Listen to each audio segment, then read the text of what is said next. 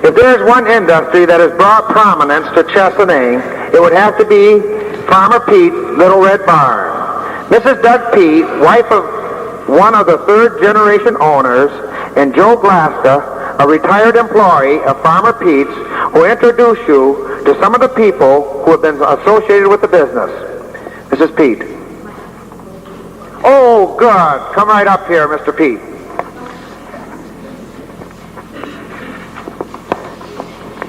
I didn't think you would let your wife get up here, Doug, when you would have a chance too here.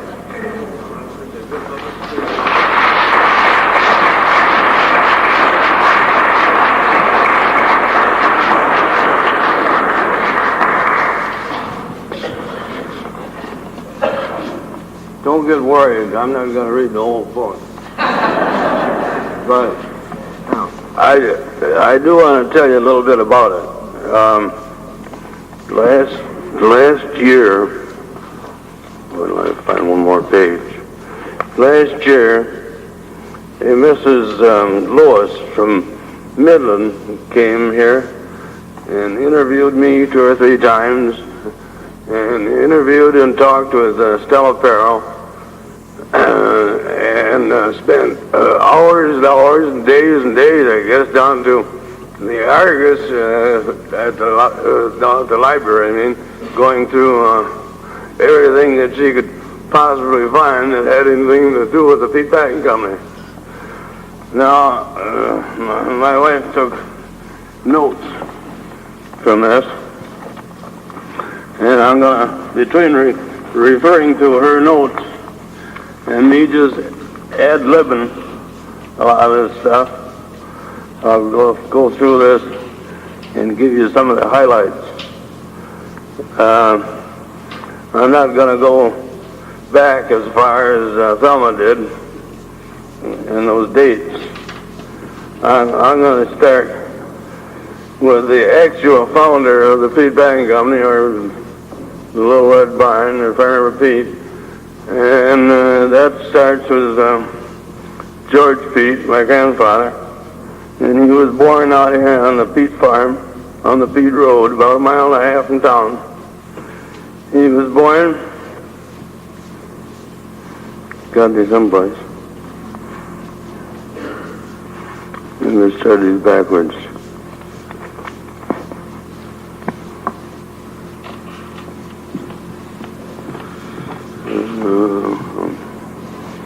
Excuse me 1 minute.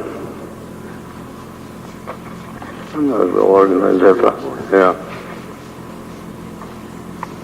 He was born in March 21st, 1861.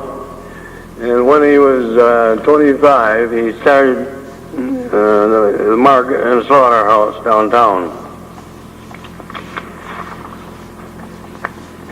No, I think that was...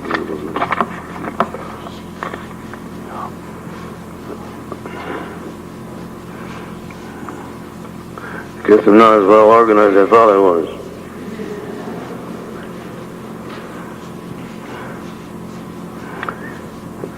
He started his first slaughterhouse, and his first slaughterhouse was built, rather, I might say, down at the ballpark in back of Don Raymond's, about where that picnic pavilion is. And that's where he slaughtered for custom slaughtering and slaughtered for the meats that he used in his own market for his retail trade.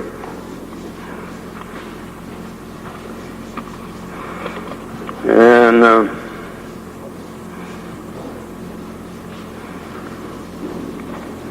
they did a lot of custom killing, and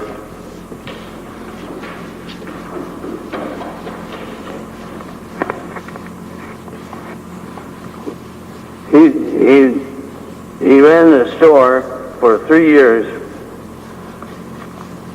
and he opened it on his 24th birthday, and he ran it for 3 years, and then he got married to Iona Shepherd, who came up here to visit her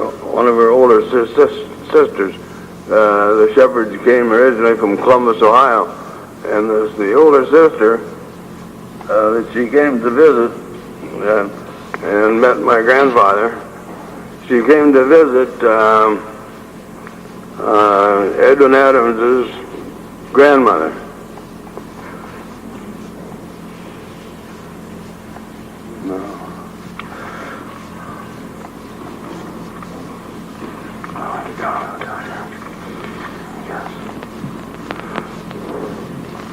Oh yeah, he started out having some partners. His first partner was Alex Cummings, and that lasted a year or two. And then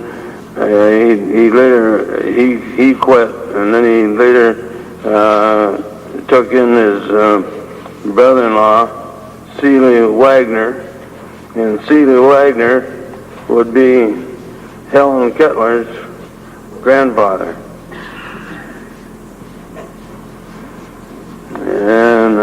And then he went back to farming, and my granddad took over the business himself, and he later joined up with W.W. Burgess of Brady, and that partnership lasted a few years, and that was when they started their first country rural horse and wagon route out to the country to sell to the farms and the people that couldn't come into town.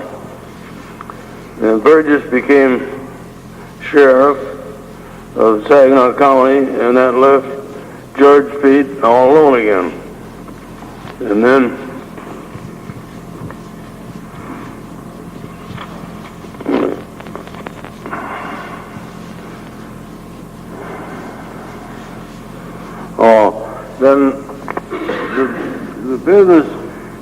the business started branching out so big.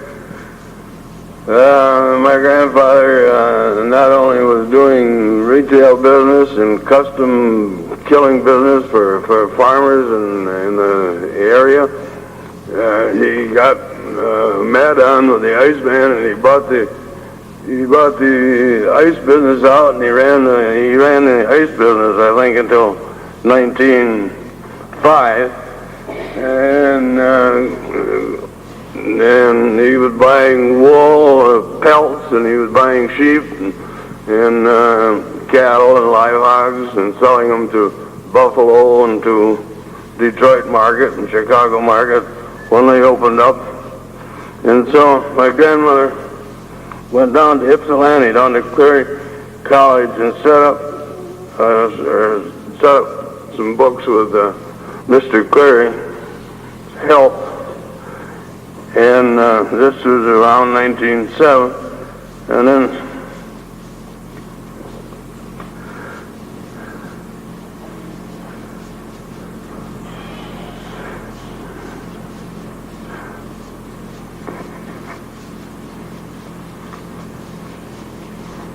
guess I'll have to get on my glasses.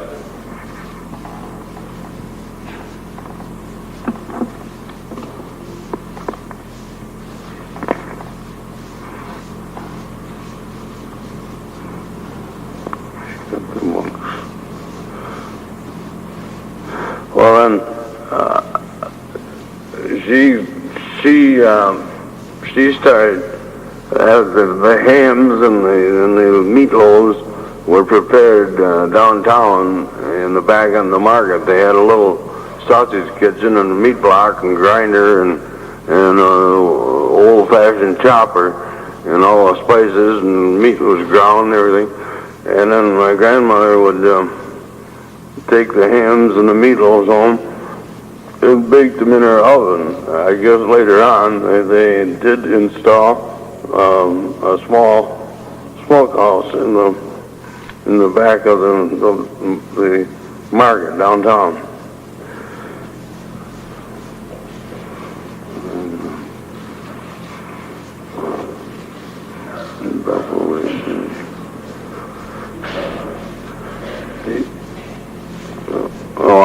I've already said that he sent out his first wagon load in 1891 and started selling out to the country.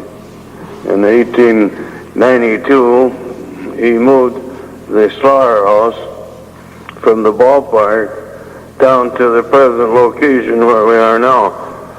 Then then my father came along about that time, and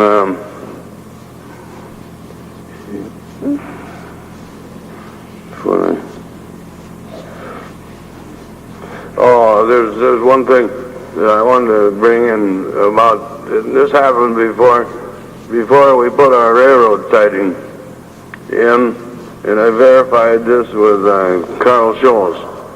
I wanted to try and pinpoint as to about when we put our siding in so we could bring cattle and hogs that we bought from Chicago right into the plant. But before we had the siding, we had stockyards and pens downtown right between Brady Street and Broad Street. Can you remember that? And then I can remember it was a big thrill to me and my older brother to be asked to occasionally help drive the cattle on down to Brady Street, and then we'd turn them and take them down to Line Street, down to our own stockyards.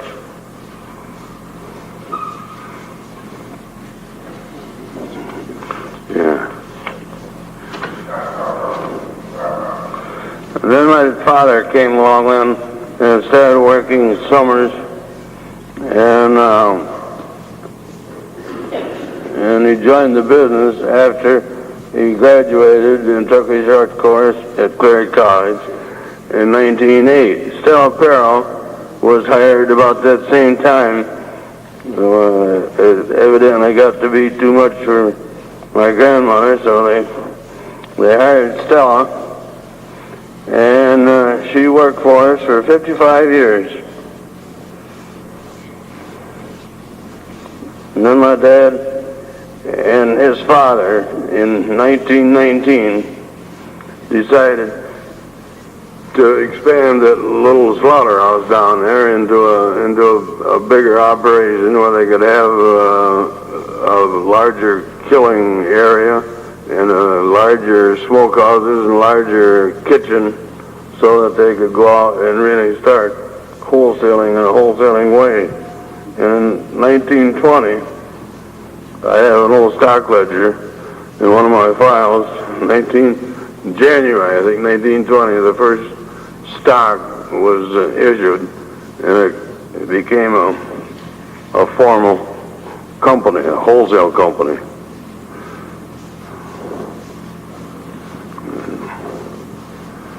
Started in the wholesale. Then the Depression came along, but even during the Depression,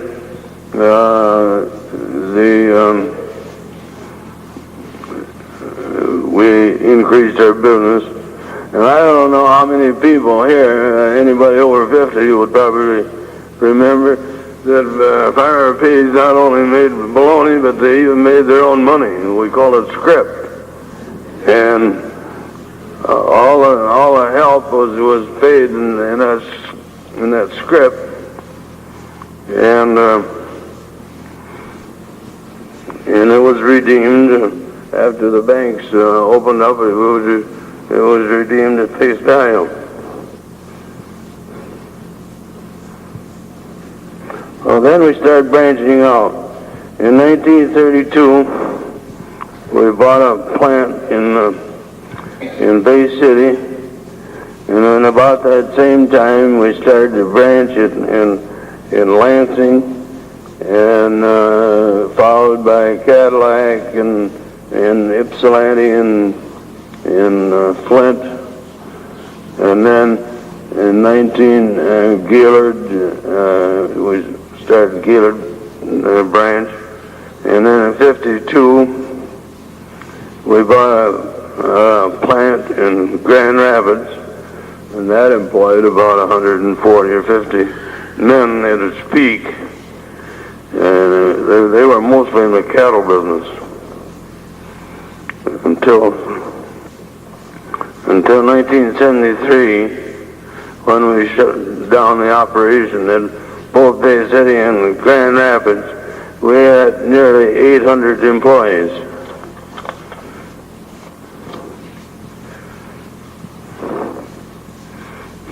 Right now, the Chesaning plant employs about 350, and at the branches and everybody, we now have a statewide payroll of about 454.